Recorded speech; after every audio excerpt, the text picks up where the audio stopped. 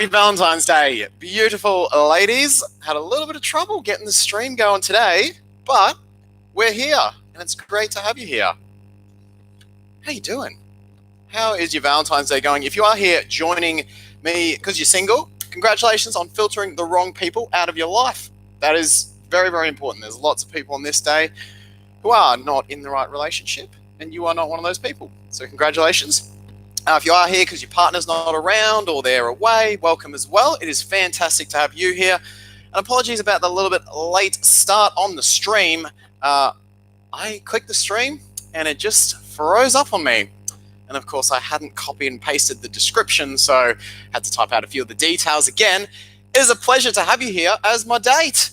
What's going on?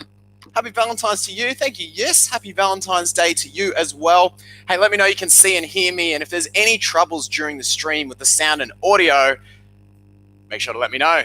I want to hear it. Hi, Mark. I received your book through Amazon here in Canada halfway through. Coralie. Hey, we just published. You can now get a physical copy. If you want a copy, go and grab it. The link is in the description. MakeHimYoursBook.com. So we've got a couple of cool things happening today. A couple of cool things happening today. Number one, I'm going to be answering all your questions, which is cool because we get to hang out on Valentine's Day, which I love. Number two, I'm going to be giving a $100 Amazon gift card to my favorite question of the evening. If you ask the best question, I'm actually going to write them down. I've got my little book here ready to go. I'm going to write down my favorite questions of the evening. And if it's you, and you're online at the end of the stream, you get my Valentine's Day gift to you for being such a great question asker. So submit your questions on the right. Don't be shy. Put them all in.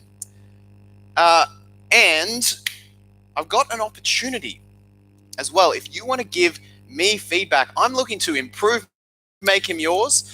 I'm looking to build bigger and better programs that help even more women improve my coaching. I've been doing this for 5 years now, and I want to get better and better and help more and more lives, improve more and more relationships.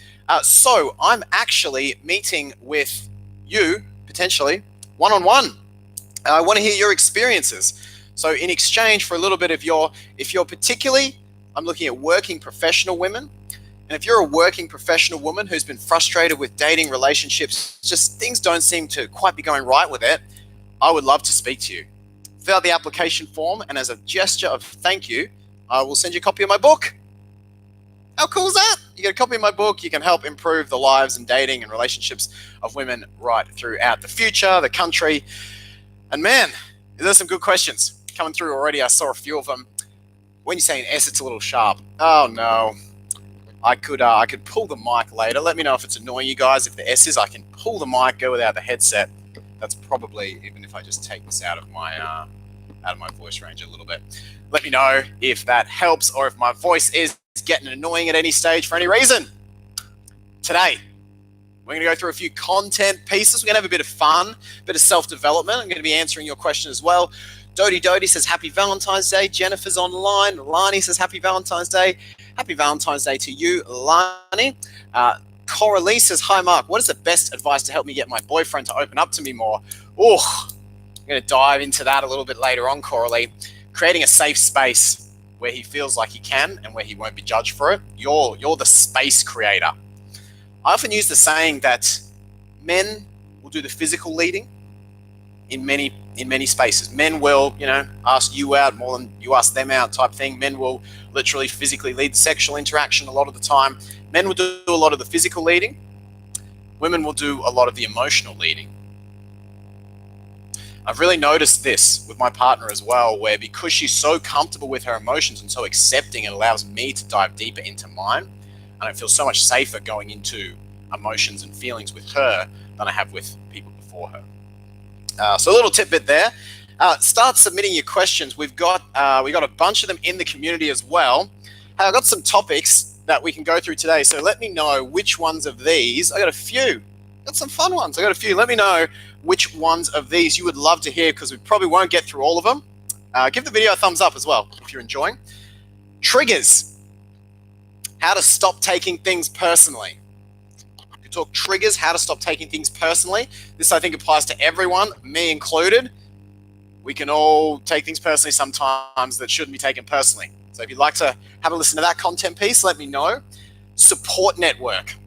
This is straight from chapter 9 of my book and probably one of the most important chapters you'll ever read. How do you assess your support network? I got clients, new friends, mums, dads, sisters who are influencing positively or negatively. So important you get the people around you right. So we can have a look through that. Why men say one thing and do another. Chapter 30 of my book. We're going to discuss that. If that's a topic you'd like to hear, let me know. How to be motivated and achieve any outcome or any goal. Very cool self-improvement topic. How to achieve any goal through motivation. And the 7 habits of modern dating. 7 habits of modern dating. So just the one sort of dating piece there, but if you do want to know about the 7 habits of modern dating, chapter 27 of my book, we take a run through those. To kick it off, we'll do a few comments. I got 12 red roses from a friend, says Jody. Do you think he wants to be more than just friends? Jody, I'd say it's a pretty confident bet. I'd say it's either a very lovely friend gesture, which you should know if it is, because you'll have that type of almost like a gay relationship, or he likes you. How about we have some fun to begin with? 2 truths, 1 lie. 2 truths, 1 lie. Let's see if you can call me out on my bullshit. 2 truths, 1 lie. Okay. Number 1. So you got to pick the lie. I'm going to tell you 3 things. You got to pick the lie. Number 1. I recently spoke with Matthew Hussey about having an interview with him on the channel. I recently spoke with Matthew Hussey about bringing him onto the channel for an interview. Picking his brain. Number 2. I'm not currently wearing pants. Number 2, I'm not currently wearing pants. And number 3, my partner right now is out having way too much fun without me because she got an amazing invite and opportunity. So those 3 again. Number 1, I recently spoke with Matt Hussey about getting me on the channel. Number 2, I'm not wearing pants right now. And number 3, my girlfriend / partner is out right now having way too much fun without me. What is the lie? Which is the lie? Judy says the lie is I'm not currently wearing pants.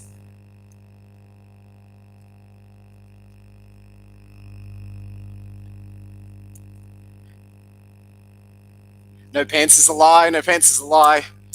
No pants is a lie. Number 2 is a lie. Number 1, 3 is the truth. Truth, truth, truth. Pants is a lie. So, do you know what? I'm an idiot. I've just realized I'm an idiot. Because I have said one of them around the wrong way. Look at that. I'm nervous for our date and I fucked it up. Okay, so I am in fact wearing pants. And so you guys picked that. That was a lie. So you win the non-pants. That I am wearing pants. White pants, if I can get them in the screen. There's my pants. Number 3 was also true. My girlfriend's partner got an excellent invite and is currently having a whole bunch of fun that I'm a little bit jealous of. Number 1 is the lie. I did not speak to Matthew Hussey, but I did speak to someone whom I consider to be the number 1 relationship coach expert in the world. For me personally, absolute inspiration. This person 10 years ago was inspiring me before I even thought about doing this as a job and has been a long-term hero of mine. So I did speak to someone very exciting. That's all the information I'm going to give you. But that is happening. So for those of you who picked number 1 or number 2, I'm an idiot. You were right.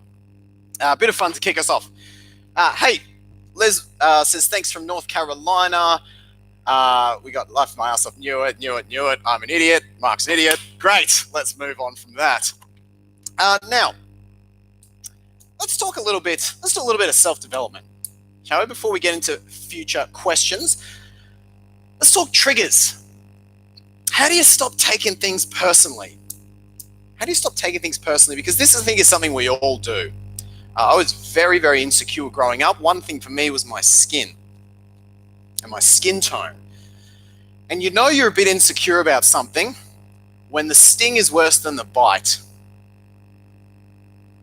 Right? When someone says something and you're like, I know that wasn't that bad, but shit, I took it to heart. And we all have stuff like this.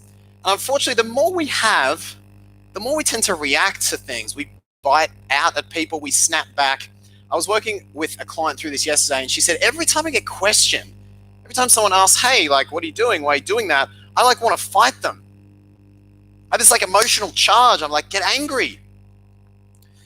And that's not great, because the more stuff you have like that, the more you're getting angry at people, and the more that insecurity that you're showing reflects onto them. So how do you clear this? I had another client literally yesterday. She said, Mark, my big trigger is when, and by the way, there's a question on this in the community as well. She said, my big trigger is, Mark, I'm going to a party or I go out, guys look at other women, not me. Like they tend to give attention to louder women or like more scantily dressed women, women in red dresses. So it's a big insecurity of mine. I always feel not good enough when that happens. So what's the commonality between me with my skin, the client who was feeling very insecure when she wasn't getting attention, and the client who was getting very insecure when she was questioned about anything? There's a common thread in all three, which is this. When you notice a trigger or an insecurity in yourself, it means that the meaning attached has crossed over the line. It's like made this jump. It's like jumped a river into your self-worth. Right? So the thing happens, which is the trigger could be someone comments on Mark's skin. Someone asks my client a question as to why she's doing something. This woman doesn't get attention at a party. That's just a thing. That's a neutral event, right? And then we attach a meaning to it. So someone asks me about my skin, I say, well, that's a negative judgment of my skin because I have white skin. Someone questions that first client. She says, well, someone's asking me why I'm doing that. So that's probably a negative judgment of my work in some way, right? I'm not getting attention. So that's a negative judgment of me, like I'm not attractive.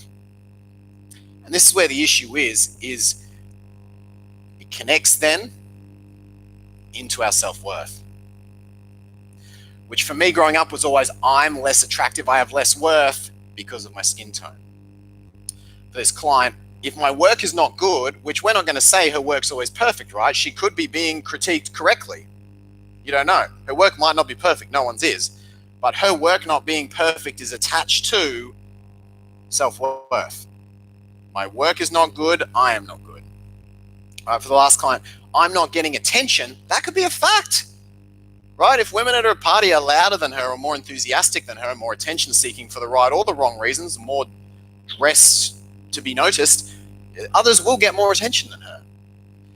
But when it jumps into, that means I'm not worthy, it's that jump over the river. That's the trigger, right? So when I'm working with a client, what we do is we catch it on that jump. We change the meaning. I can't guarantee your work is great. And you probably do have white skin, Mark, right? You might not get as much attention at the party, but that is not a reflection on you. That is a reflection on the thing, right? You make mistakes. You might have white skin. You might not get as much attention. That's a fact. It doesn't have to cross the river into self-esteem. And when you get that, when you get it and you get it and you get it, you practice in your mindset, you stop that river crossing and you stop being triggered. Hope that makes sense. That's a very, very cool thing that's helped a lot of clients. If you find yourself taking stuff personally, that is a brilliant thing to remember and brilliant thing to practice.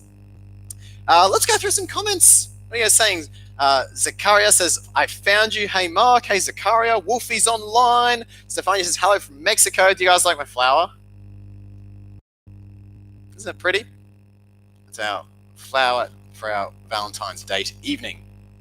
Don't forget, best question tonight. We got some good contenders already. Wins a $100 Amazon gift voucher. And I need your help. If you are a working professional woman, I want to know what your struggles and frustrations are. I'm willing to do a one-on-one and send you a copy of my book as thanks, just to hear your story and to hear them. So if you would like to chat to me, there's very limited. We're probably only going to do 6 of them. But fill out an application form via the link in the description. It'll take you 2 minutes. Common thread is self-esteem. Yeah, nice. Nailed it. Lexa says, people made fun of me when I used to be fat, and it still F's me up. Yeah, right, because growing up, it's so easy to take our value from our looks. In high school, that's the game, right? So you get teased there, you feel like, well, I'm lower value, and you get so good at doing that river crossing every day, multiple times every day, that it's so natural for you to just go straight to self-esteem. Right? Hit the thumbs up, by the way, if you're enjoying our day. It's so natural to go into self-esteem, and that's where you got to block that bridge off, destroy it, practice it, and it takes a little bit of practice. But if you've been attaching your self-esteem to your weight for that long, for years and years in high school, you're going to have to do a little bit of practice, a few months practice to stop doing that. But once you do, you clear the trigger. It's literally one empowering thought right at that bridge point. If you practice it enough, will remove the trigger, because you'll stop that bridge. You'll say, well, if I am too heavy, that's not a reflection on me as a person or my value. That's literally just a reflection of, well, if I can change that if I want. If I can't, I'll learn to love it and accept it. Miko's made it. Nice to have you. Allison's on here. Esperanza's on here. Court's on here. Court says, how can I help the man I've been dating for 2 months open up more about his personal life? He's very private. So Court, basically by doing it first and seeing if he matches. It's a simple answer. I spoke at the start of the live stream. Often the men will do the physical leading, the women will do the emotional leading. And the goal with connection is to go deeper with someone, right? Is to become more vulnerable together, and you can share that beautiful bond of, I know things about you and you know things about me that we don't share with everyone. And the deeper that goes, the more beautiful it is. So you can lead that process forward and create a really safe space for him to open up. But you can't get blood out of a stone. So you also have to make sure that you are not in the habit of finding emotionally blocked up guys really attractive. Because I do work with a lot of women who like those guys, or at least find a lot of chemistry with those guys, and then they end up in relationships that are one way emotionally, which I don't want you to have. I want you to be in a two-way emotionally relationship. I want you to be in a two-way. Kathy says, you're adorable. Your accent is distracting me a lot. That is just lovely. Kathy, thank you for your compliment. Jody B says, won't no contact upset him more than if I text him things every few days? I'm so afraid of upsetting him. Jody, I apologize if I answered a question before. I don't know the situation for no contact. No contact will upset people, but you're not in control or responsible for other people's emotions. It's very important, you empaths. I'm looking at you. I know them because I am one. Get this, right? We have to have good boundaries. Do you want me to let you in on a little secret? I had to fire up this week. I had to roast someone because they didn't do a good job. They did not do a good job. I had to get my hard ass out and give someone a good fucking roast. Now, it didn't make her feel good, but she hadn't done a good job, and she needs to be aware of it. So we need to be authentic within ourselves, and we need to pass that authenticity out in a respectful way. Very important you keep respect, but respectful authenticity will often upset people. And this fear of confrontation that so many empaths have, because we don't want to upset someone, actually means we tread over our boundaries to try to control their feelings, and we bend our own because we don't want to upset them. Don't be doing that. Happy life is one where you can speak up, where you can say what you need to, where you can put your boundaries in place. Yes, more boundaries I stick to, the more lonely it has become. Hey, celebrate single on Valentine's Day. I have so many friends who I'm just like, they are kicking butt. They're away from the guys that aren't working. Clients, they see this again and again, is when they first come to me, there's an initial, initially there's an attraction for the narcissist or who they've been dating before. And then it's like a process of weaning themselves off that addictive, unhealthy chemistry. They go through like a healthy single process, and then they start dating a completely different caliber of men. And it's so exciting. It's like you can actually see it shifting, right? But you need to, a lot of them at least, need to be single first, really like in a good single, and then they have to get comfortable with a guy that likes them, which sounds so easy, right? I want a guy that likes me. But it's amazing how when we really let someone see us, we really show ourselves, and when someone is more accepting than we are of our flaws, it's actually very uncomfortable. That's why we tend to push good people, really good people sometimes, out of our lives, because like we can't step up to what we perceive to be like their level of acceptance for us. So we go to someone with less acceptance that reinforces our old bullshit because that's comfortable. But then 2 years later, you've been dating a narcissist or dating someone who can't emotionally match you. Yay for singleton. Dragonfly Deb says it's kind of scary. Absolutely. Hey, if you do have questions, heaps of people online. Thanks for joining me. We've got a couple of questions hidden here, looks like. Let me see if I can show this. Twee says, how to get over someone when you don't date them anymore? Well, question's gone. How to get over someone when you don't date them anymore? Dated for 2 months. Sex is amazing. I keep thinking about him. Twee, I don't know your situation, but it's sounding like a real chemistry high. If you're saying it's 2 months, that's pretty short. Sex was amazing. I know you're chemistrying this up. In which case, there's a few things I'd do. First of all, you've got to remember that a relationship is not built on chemistry. A relationship is built on chemistry, compatibility, and relationship skills. The first without the second and the third is a disaster. So in chapter 7 of my book, by the way, book's available. Head to makehimyoursbook.com if you want to grab a copy. In chapter 7 of my book, I talk about extrapolating out the negatives of someone. Because often when we miss our ex, the first thing we feel is like, oh, it was so amazing, that feeling of being with him. We get stuck in that one chemistry feeling. We forget that the dude couldn't communicate or that she was terribly emotionally unavailable. I know, because I've been there. You guys have probably watched the video where I just obsessed after a woman who had no emotional availability at all. But the chemistry kept me missing her. But then when I extrapolated out, I said, okay, Mark, what does that actually look like in 5 years dating a woman who's like making you so insecure? I'm not typically, at least not when I was dating her, maybe earlier than that, but by that point I wasn't a foundationally insecure guy. But with her, I was suddenly insecure. Like, why am I thinking about whether or not she's texting me so much? Why am I? It wasn't good, right? 5 years of that, I'd be a depressed, sad mess. Probably be fired. She'd probably have cheated on me multiple times. It would be an absolute pain fest. So when you remember that, you can appreciate the nice chemistry, but also say, that's why that person was really wrong. Chapter 8, all the bonuses. By the way, you get like $500 worth of bonuses when you buy the book, all free online.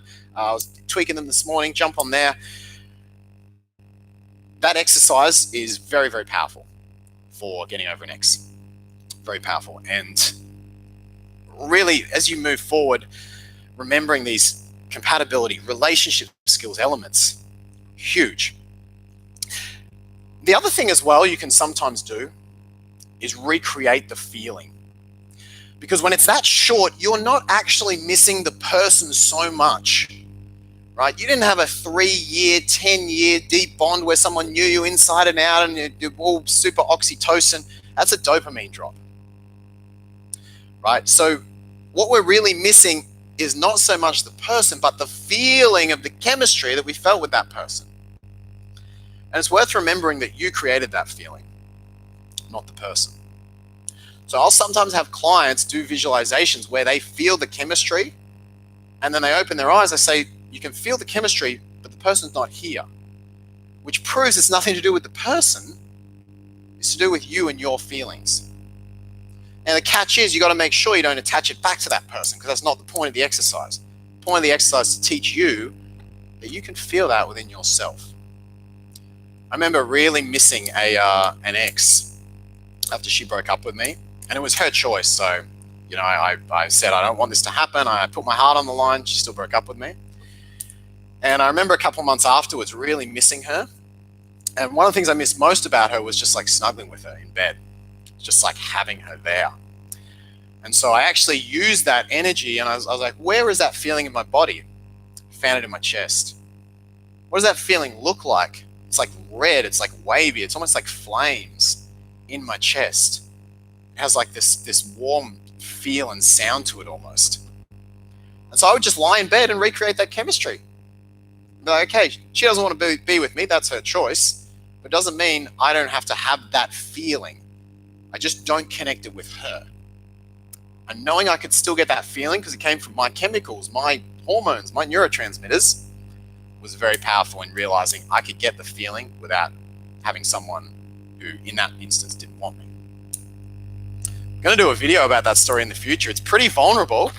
That breakup was a while ago now, but it is. I actually filmed myself on a phone shortly after she broke up with me, like 5 minutes afterwards. So it's pretty raw. At some point, I will publish it. I just want to leave a little bit of time first. But yeah, look forward to that. Who would break up with Mark? Gina, you gem, you dead set gem. Yeah, it's I have my beautiful partner now, but it did. I think she did feel she made a mistake in the end. Let's just say that.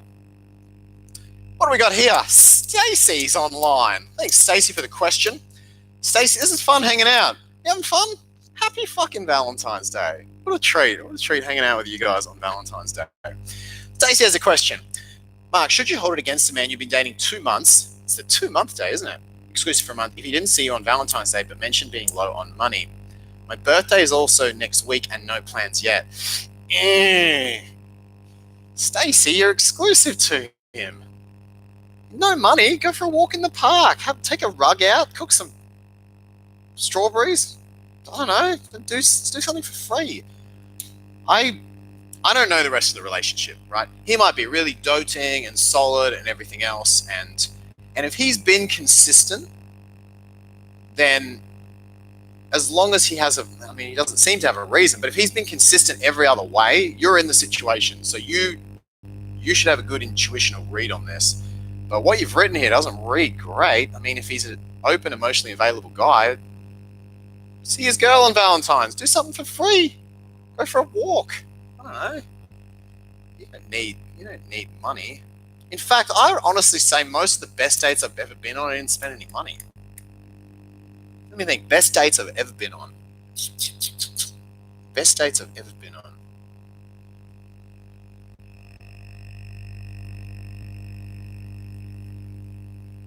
I would say a good portion of them, about 50%, didn't spend any money.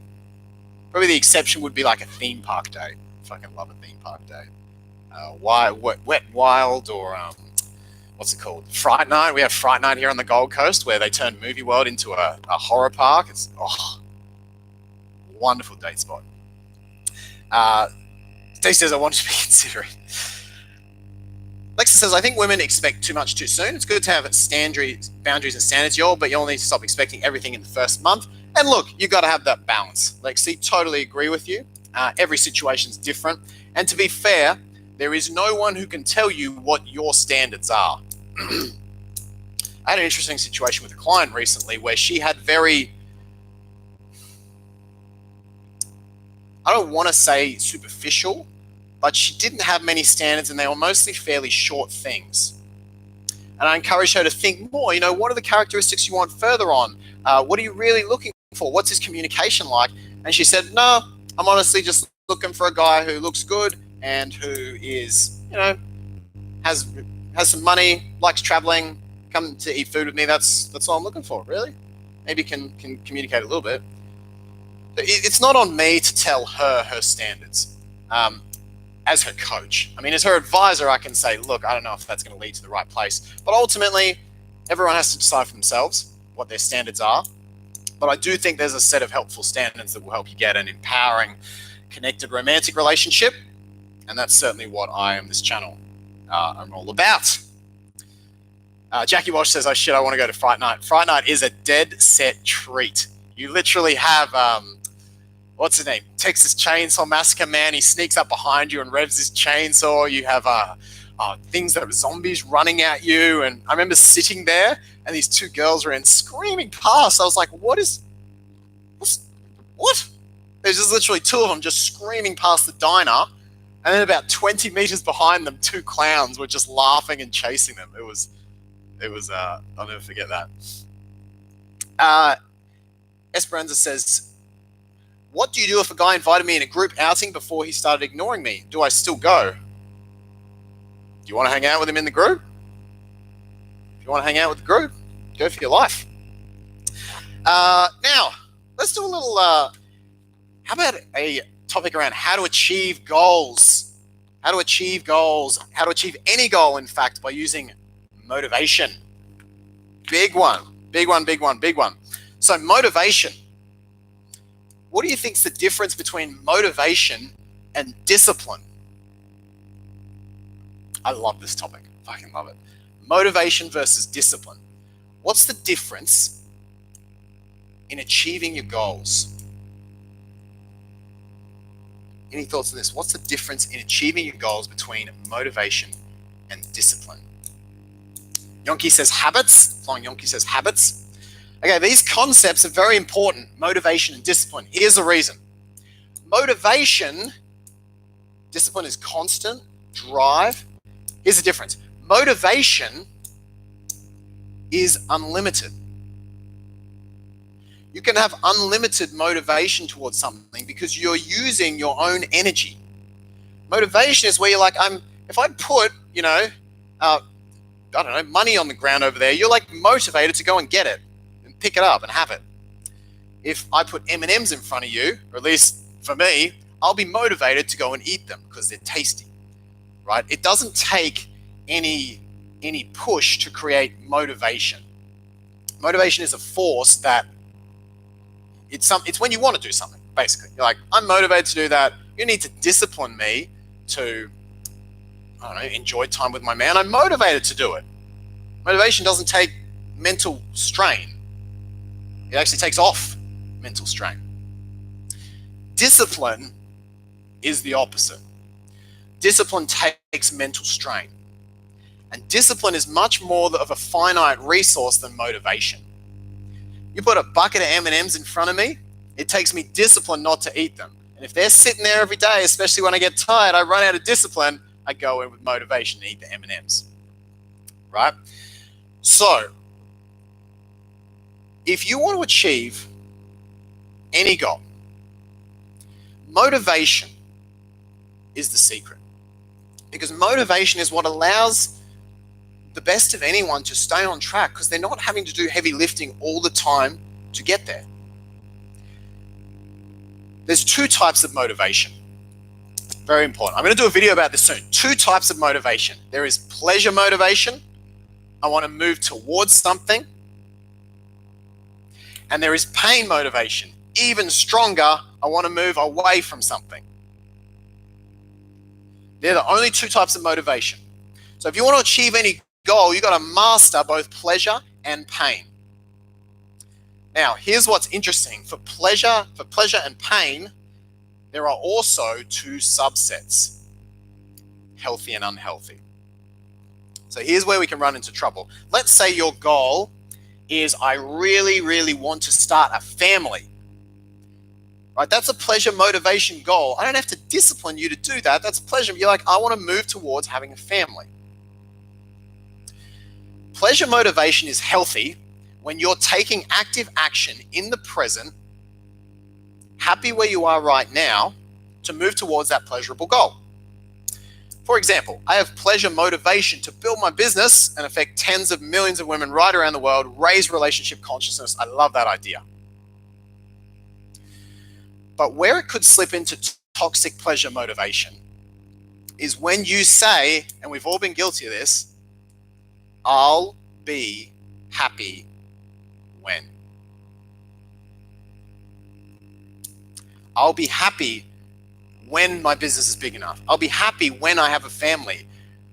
We delay happiness in the present, thinking that there's a future thing there that will give it to us.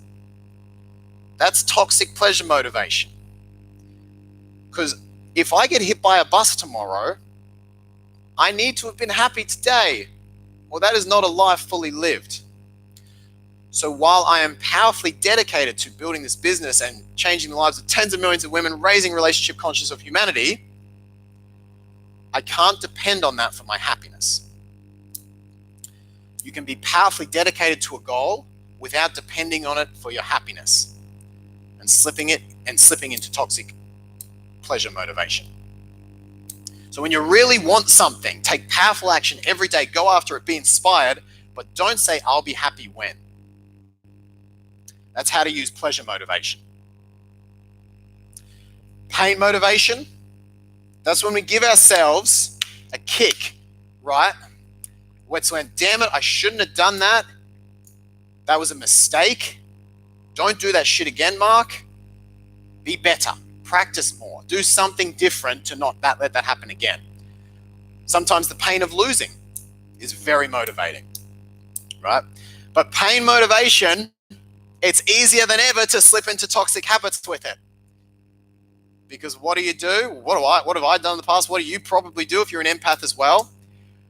We beat ourselves up to such an extent that it no longer produces healthy action taking and change. I have a client who's really passionate about getting into medicine, and she's writing emails to mentors, right? And she wrote an email that wasn't quite right. And she was like beating herself up about it, like, oh, I'm so stupid, I wrote the wrong email, da-da-da-da-da. And now she's freezing up on writing emails because she's so terrified of making a mistake. But it's not the mistake that's scary, it's what she's going to do to herself if she makes the mistake.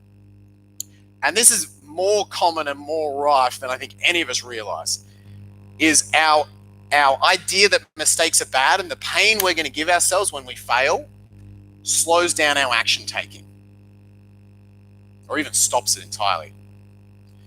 If you're going to use pain motivation in a healthy way, you need to use it only just enough that it means you do the next action step more quickly, more differently, more effectively. So let's say I'm a fighter and I lose a fight. Damn it. Okay, what do I need to change my training? Need to train harder. Can't be losing again. Let's go train. Hire new trainers. Boom. Action, action, action. If you want more money and you make an investment and it's a bad investment, you say, damn it, I can't be losing that money. All right, how do I learn more investing courses? How do I put more knowledge? What do I need to change? How can I do this? Bang, bang, bang. Hire a coach. Get a consultant. Bang, bang, bang. I'm doing it. That's great. Pain motivation at its finest. But as soon as you go into, I'm an idiot, oh, why should I even bother? I'll just make another mistake again. And worst of all, taking it into your self-esteem, I'm worthless because I can't do this. It's very easy to slip into toxic pain motivation that way. So, just to recap, healthy pleasure motivation, powerfully dedicating yourself to a goal without depending on it for your happiness. You have to be happy now. Toxic pain motivation is when it stops you in any way, shape, or form taking healthy, empowering action straight afterwards. Healthy pain motivation, give yourself a little kick, get on with making more mistakes. And one final piece of this, where does discipline come in? Now, this is where we go deep. This is where we go deep, right? M&Ms. I'm losing my voice. Great. M&Ms. I explained before I'm motivated to eat M&Ms. It takes discipline to not eat M&Ms. So what if I want to lose weight? That means I'm trying to use discipline, which is the finite resource, to get to the goal. And we really need motivation because that's the infinite resource. As long as you're breathing, you have motivation, you have energy within your cells, you can move towards things. So that presents a problem. If I'm motivated to eat the M&Ms and it takes discipline to not eat the M&Ms, but my goal is to lose weight, my motivation is taking me away from my goal. So what I'll do with a client is we go deep, and for an hour, a couple of hours, we teach her brain to flip them. In other words, we connect, we spend just barreling it, we connect eating M&Ms with so much ongoing pain and not eating M&Ms with so much pleasure to the things that are really important to her. Like, oh my God, when I don't eat M&Ms, I have more family, people like me more, I get more attention, I feel more powerful in my life. I get to own more houses, I get to invest more, I get to have a man that loves me, he wants me so much. When I eat M&Ms, I get rejected, I feel down about myself, that my future is going to be bleak, I'm going to be sick all the time, I'm going to get chronic disease, da-da-da. And when you really nail this, the motive, you look at the M&Ms in a very different light. Suddenly the motivation, genuine motivation, becomes to hit the gym. By the way, this process sometimes happens by accident as well. Think about if I love gym. People say, you're so disciplined, Mark, you always go to the gym. No, I'm not. It takes a little bit of discipline occasionally. Certainly took discipline when I started, but it's 90% motivation. Because my brain's figured out from doing it enough that, oh, Mark, hey, you look pretty good. When you go to the gym, that feels good. Oh, hey, Mark, you feel healthy. You have more energy. That feels good. Oh, hey, Mark, people seem to compliment you when you go to the gym. That feels good. My brain's figured out that it gets stuff it likes by going to the gym. So instead of the discipline, it's pushing me. It's like, Mark, when we go to the gym, I want to feel good. I want those nice things that come from going to the gym. Can we go gym now? Can we go gym now? Can we go gym now? I'm like, all right, brain, let's do it. Right? So if you're struggling with goal setting, learning to use motivation in a healthy way, first of all, and then if you really get stuck, teaching your brain, flip it so that the motivation is working in favor of your goal, the discipline is working against your goal. How to achieve any goal. Any goal. Did you enjoy that piece? I know it's not relationship based, but I think it's a good day for a personal development date. Let's have a look at some questions. Let me know your thoughts, questions. Give the video a thumbs up as well. Hey, and don't forget, my book is now available. My book is now available. You can get it, except if you're in Australia. I'm sorry. I must have heard a koala in a past life or something, because the Australian printers are hating me. But everywhere else you can get my book, Make Him Yours, Beating the Odds of Modern Dating. And if you want to help me out and you'd like a free copy, I'll send you a copy. I'm looking for a few professional women to interview about totally anonymous, about your dating relationship experiences and frustrations. It's a bit of research for a new project I'm starting to help more and more women around the world. You get to meet me one-on-one. I send you a copy of my book. Take 20 minutes of both our times, and I get to know you, your situation, and build out solutions that help you get where you want to be. So if that is you, fill out the application form. Link is in the description. Best question gets an Amazon gift voucher. So keep posting them. I'm sorry if I miss his comments. I get a bit excited when I share content. Pleasure motivation. That's deep, Mark. Nice, Stacey.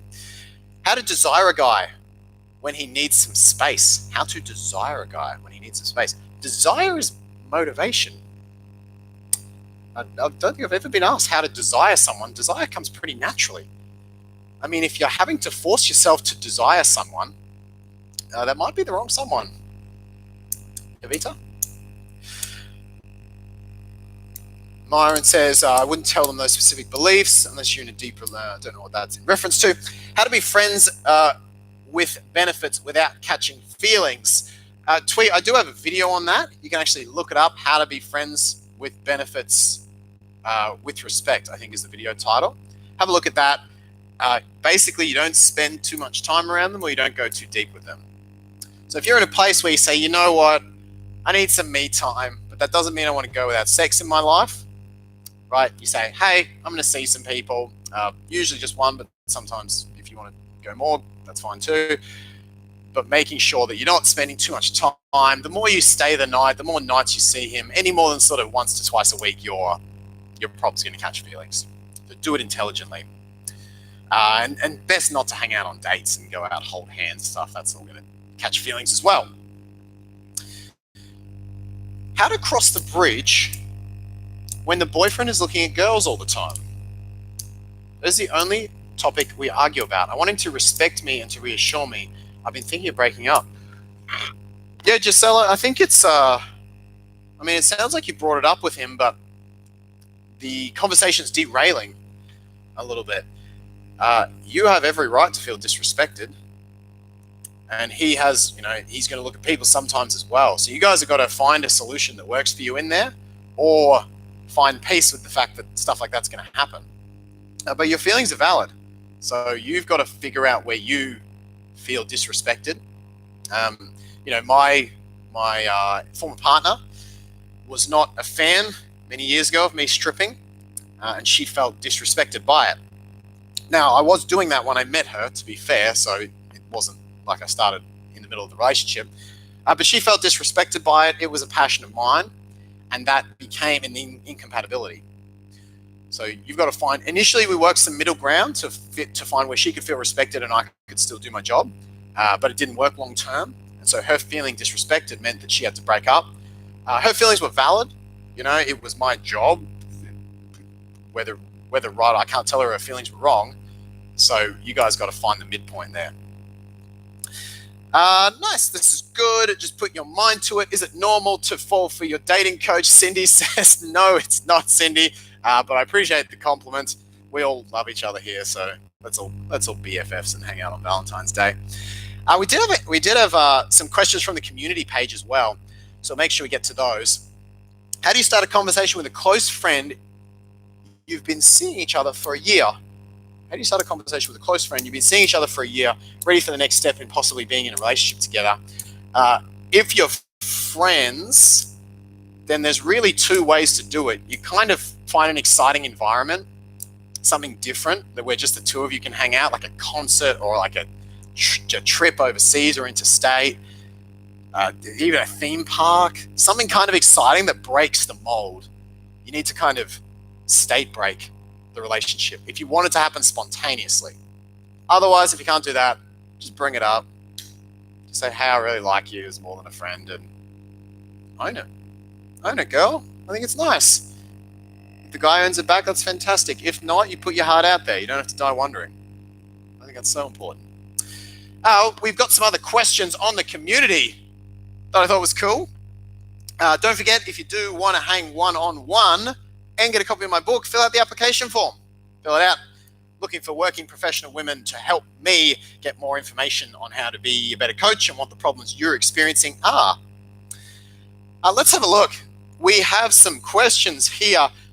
Consuela in the community says, when it comes to a woman ending a romantic relationship, what would cause the man to not take her seriously? Would it be manipulation on the man's part? All actions shown by the man indicate the girl isn't a priority. When it comes to ending a relationship, a woman ending one, what would cause the man to not take her seriously? All actions shown by the man indicate the female isn't a priority. Well, Consuela, it sounds like the female's doing the right thing if she's not a priority and nothing's changing. So what would cause that to happen? What would cause a woman, or a man even, to be less of a priority in her relationship or his relationship, such to the point where she feels it and is forced to break up? This actually reminds me of a panel I was on a couple of years back, and we had a woman there, and she said, I've really felt like my priorities dipped in the relationship. I feel like he doesn't, take things I say seriously. I just kind of wait for him to finish his video game so we can hang out. I feel like such a low priority. So we had to break a little bit of tough love, which is that the relationship outside the priority becomes a reflection of the relationship inside. So in many cases where men or women, but it's generally, at least in my experience, men, are losing respect and priority, it's because she has not prioritized herself first. She hasn't prioritized her own needs, her own wants. On this panel, we were talking to this woman, and he said, what were you doing when you met him? She said, I was like going out with my friends lots. I was like, had these hobbies going. I had different things. I'd go for runs. I'd like always stay really fit. And now I don't do any of that stuff. She said, I just kind of wait for him. I said, so you're not really prioritizing you. And unfortunately, what happens when you don't prioritize yourself is you teach people that you are not a priority. Because people don't prioritize things that people take on your beliefs. So if you say you're not a priority with your actions, men will start to believe you. Now, in her case, she hadn't broken up with him. Perhaps she should have, but they started to get things back on track, which was beautiful. If she's breaking up, it sounds like she's done the right thing, but it's at the end of a length of time where she hasn't fully prioritized her needs and her wants and even her own life. And by doing that, you have the best chance. It's not a guarantee, but certainly if you have a healthy man with you, that is how you'll be able to ensure that you stay a priority moving forward. Michelle says, I would love to see you interview Brene Brown on relationship consciousness and the power of vulnerability. Michelle, I would also love to see me interview Brene Brown. I'm working on it. I got 6 big names I'm working on. So it might not necessarily be this year, but it's going to happen. Let's have a look. Other questions here. Don't forget, best question, $100 gift voucher at the end of our Valentine's Day date. This is fun. I have the cute. That's a cute flower, isn't it? I really like that rose. More questions. Where's your questions? Mark, my texting friend just said, I love you this Valentine's Day. I didn't know how to take it or respond. I have no idea the context of your relationship whatsoever, so it's very hard for me to answer that, Maricel. But anyone who's saying, I love you over text, and it's a surprise to you, if this is your boyfriend, you say it all the time, whatever. But if you're telling me that you're in a situation where someone has texted you, I love you, and you weren't expecting it, that has emotional blocked up written all over it. It's truth. Mark, give us a Valentine's dance. My gosh. Can we go 1 hour without stripping coming up or without a stripping reference? Nah, I like stripping references. But no, we're on a date. We're talking personal development and dating topics, and I do like this shirt, actually. My girlfriend got me this shirt. Isn't it pretty? I really like the shirt. Love the shirt. Gonna keep it on though. Oh my god, Mark can dance. I've done a few hip thrusts on stage in my time. Lots of fun. Where are your questions? Question from Judy. Why would a guy reconnect after health concerns? Good connection, sensitivity, depth for days. Then I changed the subject to I trust in your strengths. Then poof, gone. It was a compliment.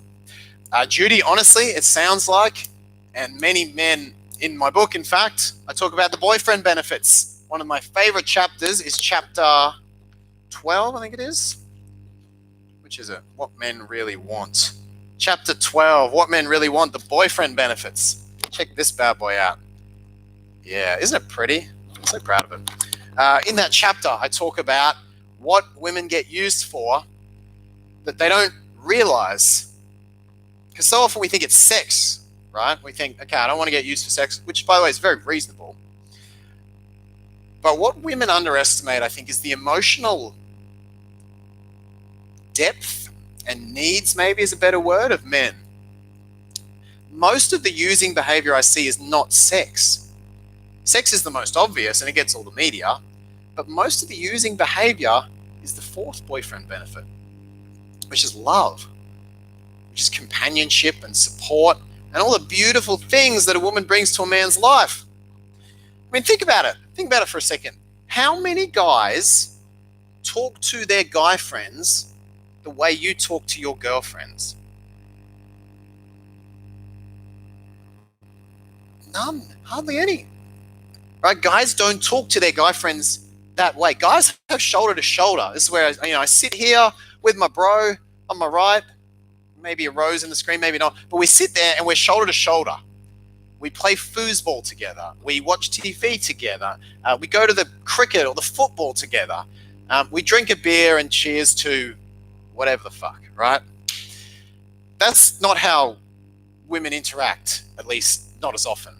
Women are much more likely to talk to each other properly, discuss how they feel, process things in a healthy way, and come to conclusions, right? And to emotionally share. Men need that shit too. And I think women underestimate how much. But because men have so much less access to it and so much less frequency of it, they tend to do weird stuff to get it. Right? Which is they might be, for example, really like go deep with a one night stand that they've had. Or they might text you when they're sick and want like days of attention, and then once they've had their feed of connection and love, go on without it again. So you've really got to remember that while sex is important and you never want to feel used for sex, the true boyfriend benefit is that love, that compassion, that support.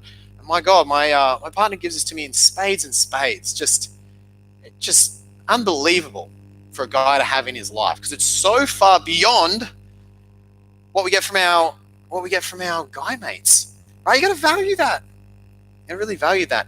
And so a lot of the come and go behavior from men is when they're emotionally fearing connection or commitment, but they swing, and I think I did a video about this recently, they swing and then they start emotionally fearing loneliness.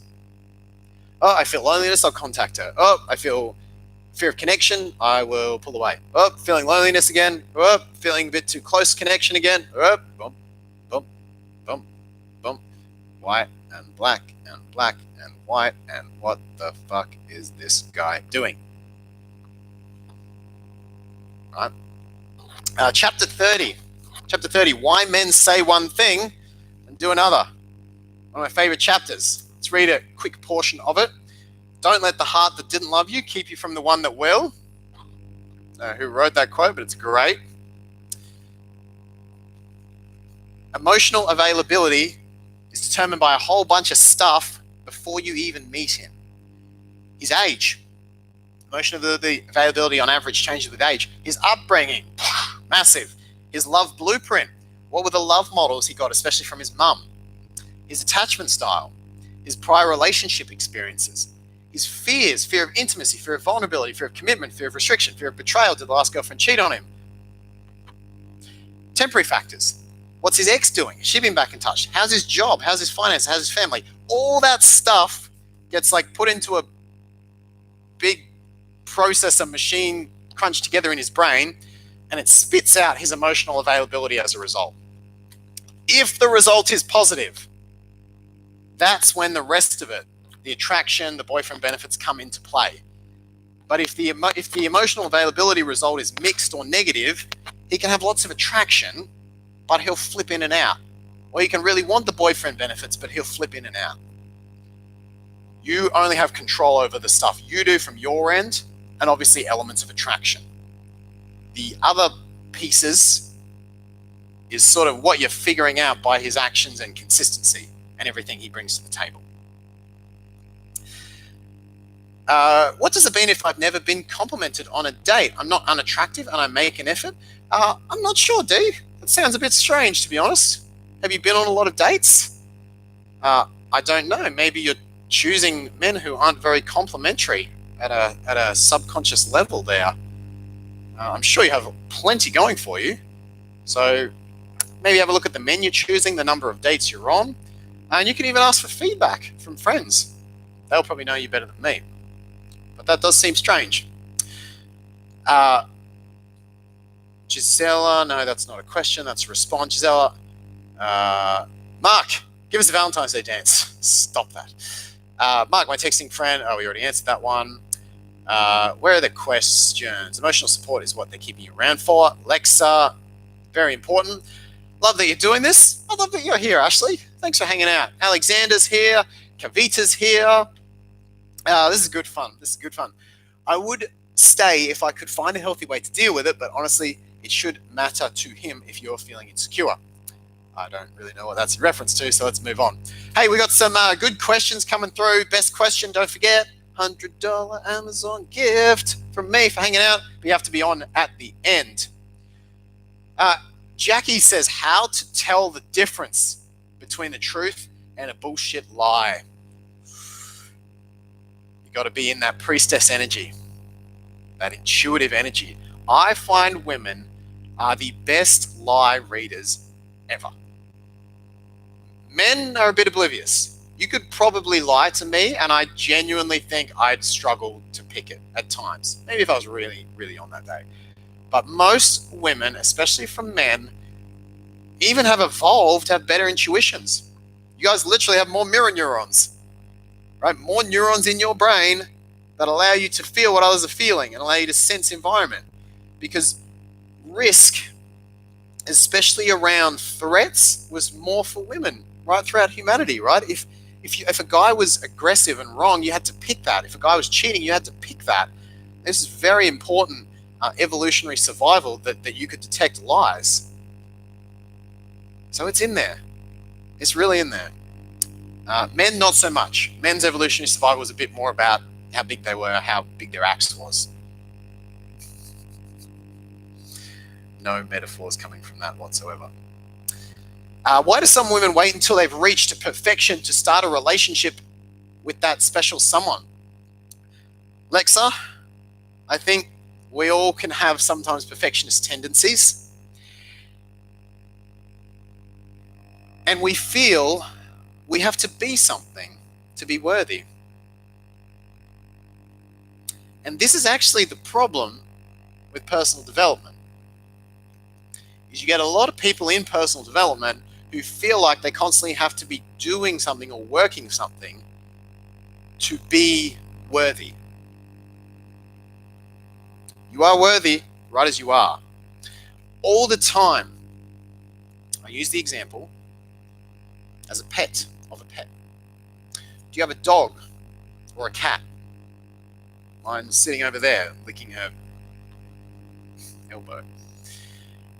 If you don't have a pet, maybe imagine if you did or if you used to have one. What does your pet do to deserve love?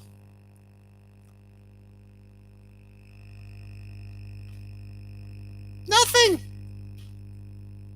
Just sits there, right? Occasionally demands attention.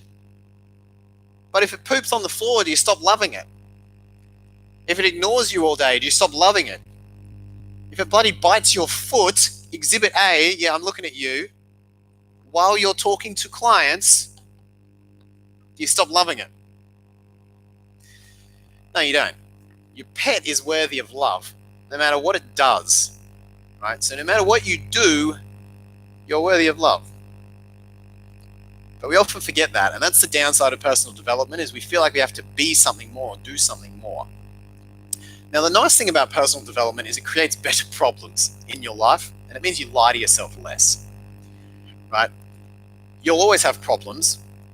Hate to break it, but it's true. Warren Buffett has money problems. You'll always have problems. In a relationship, in your life, you'll always have them. But the nice thing about personal development is the problem of, for example, being broke and being lonely. It's a better problem to find that your husband that you've built an empowering relationship with is a bit untidy at times. And that's a better problem than being lonely, right? So the idea that we have to be, like we have to be doing something, we have to achieve something, is why so many of us feel like we have to be perfect. I have to get this right. It's actually a fear of accepting ourselves that we're lovable right where we are. If you don't believe me, look at a cat. I love Lucy.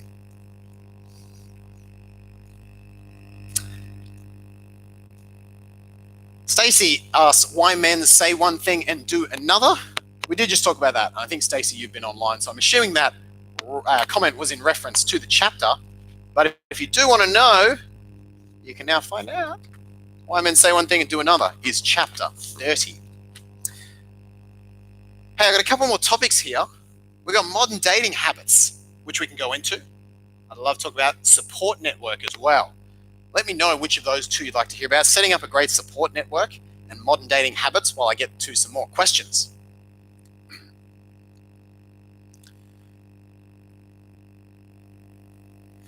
Coralie says, what do you do when your boyfriend rejects your offer to help him through hard times? Make space for it. You don't have to help him. And in fact, trying to force yourself to help him is stepping over your boundaries, feeling like you have to be a doer, and probably going to emasculate him a little. Just let him. You can. The nice thing about the feminine, when it's really in its pure form, is you come to it and its openness. It like, as a guy, how would I describe this? It's like a light in your life. It's like a safe space. It's a comfort. It's almost like a base, a support network that creates emotional safety.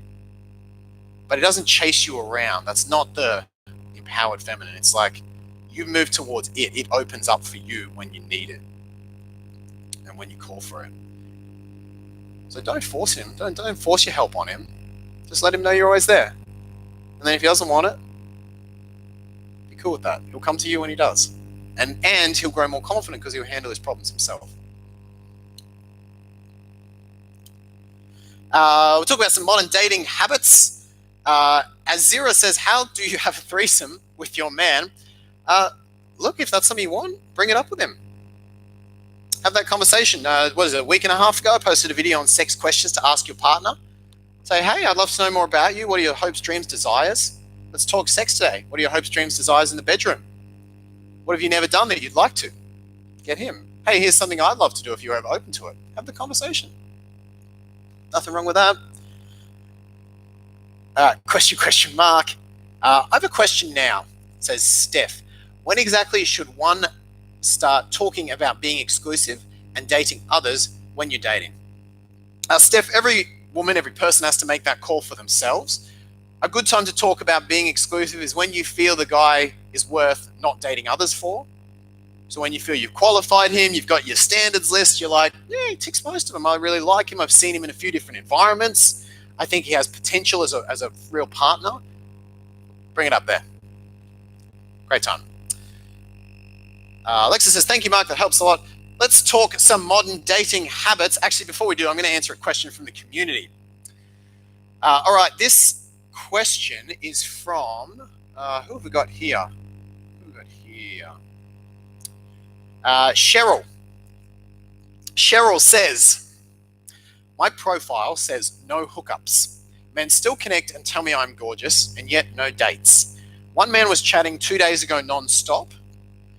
I gave my number. Call me. Guess what? Never heard a word since. I blame all you girls. Because giving it to these men have caused them to become spoiled and self-absorbed.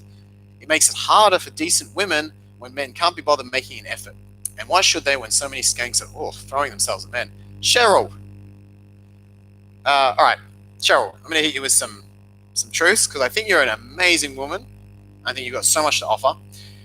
Cheryl, just reading this post, you don't sound very fun to hang out with. Not only are you criticizing men, you're now also criticizing other women. And you're blaming others for your problems. Cheryl, this isn't the most attractive thing to read. And I know you have a lot to offer. Right? Saying no hookups on the profile doesn't help. It's like if I put on my profile, hey, no clingy women, please. You wouldn't be like, oh, hey, I'm a great woman who's not a clingy woman. I'm going to contact this guy. If I put no clingy women in my profile, you'd be like, ugh, fuck that guy with a chip on his shoulder, left.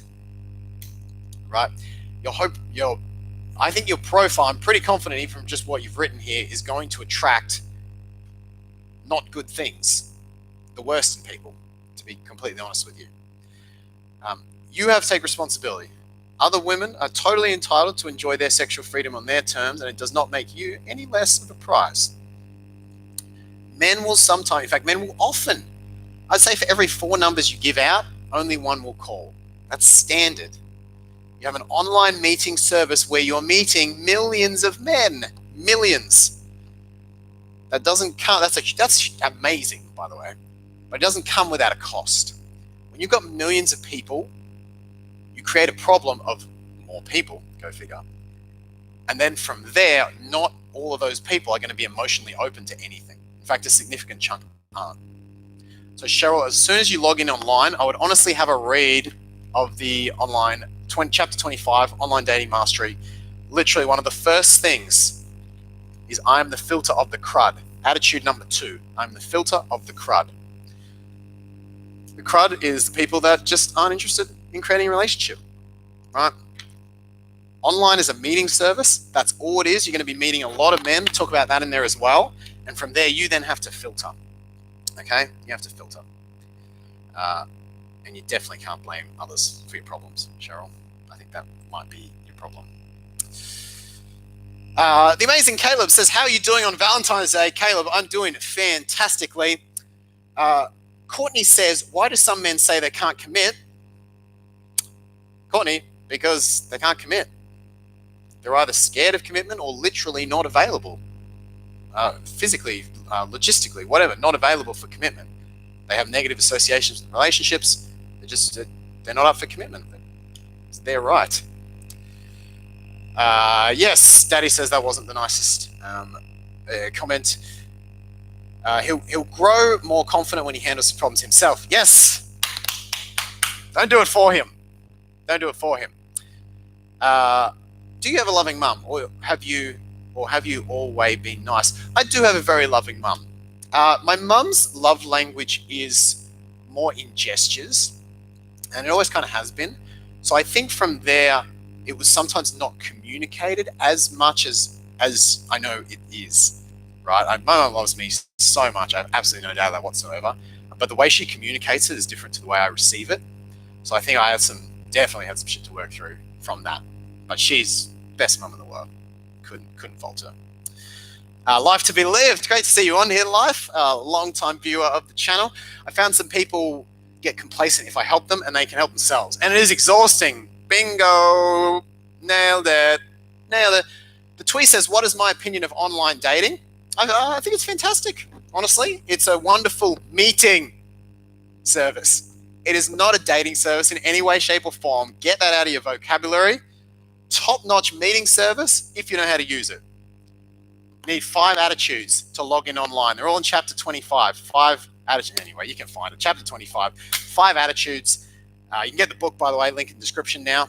Very exciting. Book launch. Have a book. You can read it. It's cool. Unless you're in Australia, because apparently I heard a koala in a past life or something, and that's not happening, but I'll keep you Aussies updated.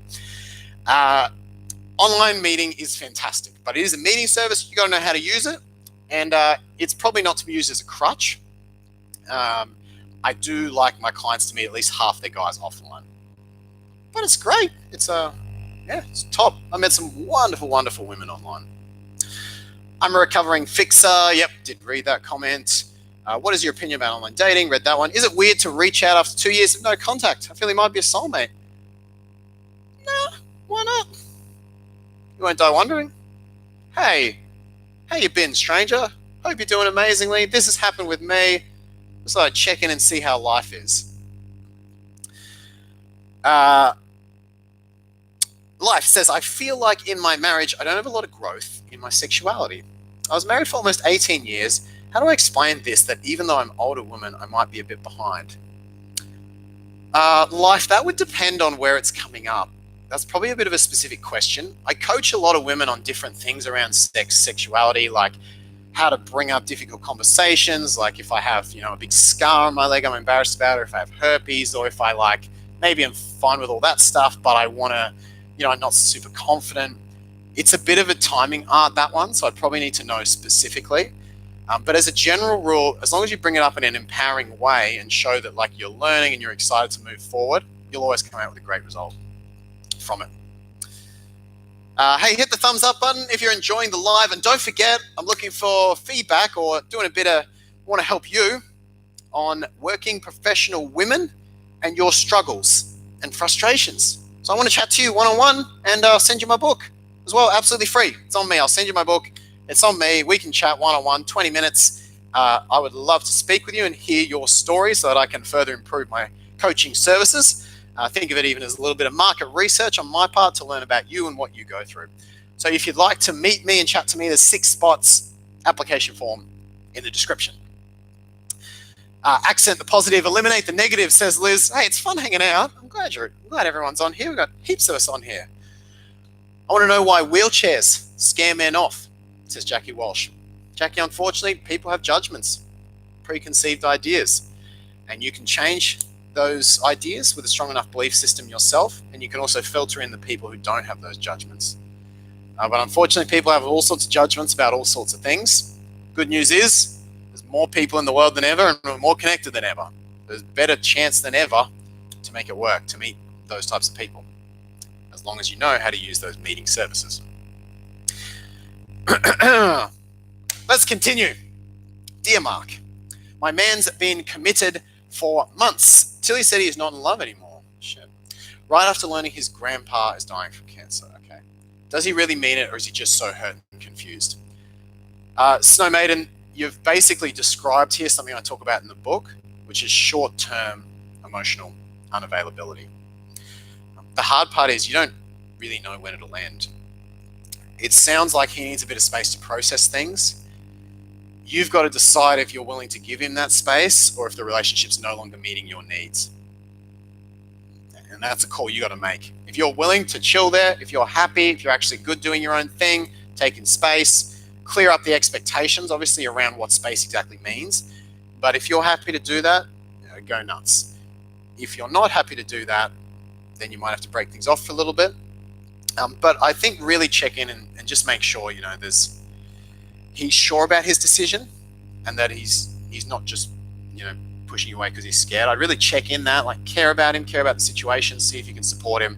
But if he really says, no, I don't want you I don't want you around, you have to respect yourself and follow his wishes, which sucks. I hope that goes well for both of you. All right, next question.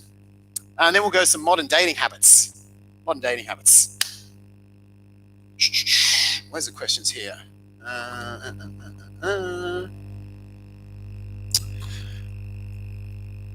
What's your advice? This is an interesting one. I'm 45 and would love to have a baby.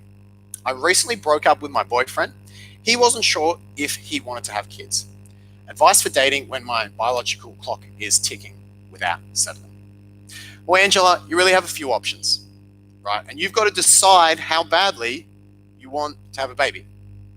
It's gonna depend. If you really want a baby, if that's I have to have a baby, that's my goal, good for you. There's ways to do that without even having a man. Right? If you really want it, you can go sperm donor, you can go adoption. Now, if you say, no, Mark, I don't really want a baby, I want a relationship, I want to build a relationship with someone and have a baby, awesome. The key steps, you got to date more people more frequently. You got to bring in more volume initially, and you got to be more intentful with your dating. Which is, hey, this is my life plan. This is where I'm going. I'm letting you know early on. First few dates, this is me. This is where I'm at. You're going to scare off a lot of people. That's fine. They're not the people. You're not looking for unsure dudes like your ex. You're looking for someone as certain as you. And you're going to have to be okay with filtering out the guys that aren't wanting that. Now, it's important when you bring up these conversations, you're not directing it at the guy on the date. You're not sitting there on the date going, if we work out, I want us to have kids really soon. Jesus, no. You say, when you talk about your life goals, you say, yeah, no, I'm actually really committed to having a family. It's still something I want. So when I find the right person, I want things to move forward with that. Yeah, that's me. How about you? Blah, blah, blah, blah, blah. Go on the rest of the date. And now if he calls you up again and wants to see you again, you can be a lot more confident. He's in that frame too. Notice I didn't tell him that he was the dad. He still is qualifying himself to be the right man, but he's now entered your frame, which is the frame, and you've explained it earlier, hasn't run off. Great question. More action, more men, more intent is the answers. Read that one already. Just dropping in to say hi, Jamia. Thanks for joining us. Unfortunately, JD couldn't join us today. I meant to mention that at the start. We couldn't coordinate the internet thing. She's up looking after a really sick kitty. That's JD from the Facebook group, for those who don't know her. Come join our Facebook group. Search Make Him Yours on Facebook. Maria's heading to bed. Night, Maria. We'll miss you. We still got time here. We're going to go through some questions. Miko has a question. Is it... where's Miko? Miko, where'd you go? Where'd you go, Miko? Miko. Where did you go? Did you delete it? No, surely not. Mika, is it best to reveal someone you're dating on that you're multiple dating, or wait until the exclusivity talk? Mika, you got to assess that yourself. You certainly don't have to reveal it on the first date or two, because it's just everyone should be, and the guy can't make erroneous assumptions.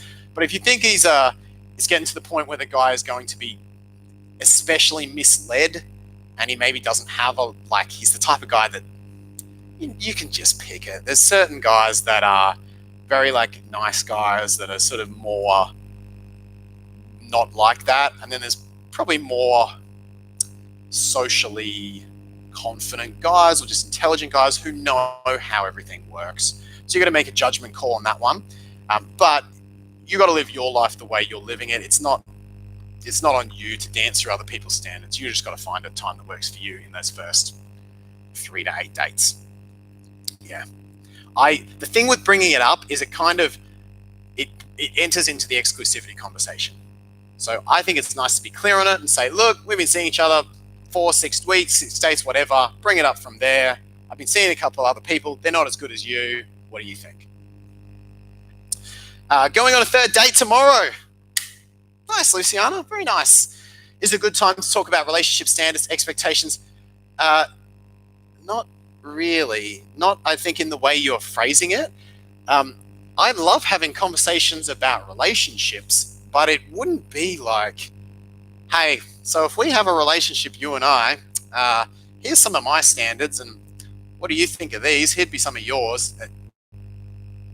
That'd be weird. But you can definitely talk about I've had some really good relationships before. They didn't work out. I learned lots of things from them. One thing I learned, for example, you always got to look at how someone treats you when they're stressed. That's a big thing. I learned from my ex, and he was great when he was on, but I learned that in the future, I've really got to look for a man who is good with that and knows how to communicate and stuff through that. What's the thing for you? What's something you've learned from your past relationships? Like that you could bring up if you phrase it that way, but you don't want to be like, let's sit down and talk about our relationship standards and expectations. Jesus, no. Keep it fun. That's heavy conversation. The date should be 80% light, fun, whatever, and then 20% less is the heavier stuff. What are some good qualities I should be looking for in a grown man? I'm 28 and he's 41. Hey, Court, go to my video with Ben Ritter. Ben Ritter, and I think it's 7 standards to look for in a high value man. No, that's coming out soon. It's 7 traits of an amazing man. Or it's me, Ben Ritter. We're on a couch. We're in Chicago. Look at that video. Amazing. Amazing standards. One of the biggest ones, and actually that one and the Brian Reeves one. There's a video with Brian Reeves where we sit down and we talk about things to look for in a man again. And I remember we finished with one of my favorite points, which is his connection to his feminine energy. Now, I'm not talking about an effeminate man. I'm talking about when you have a guy who can, for example, display healthy sadness, a guy who can be in touch with his emotions enough to communicate them, doesn't necessarily make him more emotional than you, but being in touch with his emotions enough to communicate them is hugely important. Because what happens when it's not is what happened to a friend of mine recently. I hadn't heard from her in 2 years, actually. She called me up. I was like, Ashley, how you going? Her name's not actually Ashley, by the way. I was like, how you going? And she described her situation with a man where one of the first things that happened in the relationship was he said to her, men don't ever show sadness. If we ever have a son, we need to make sure he's not weak like that.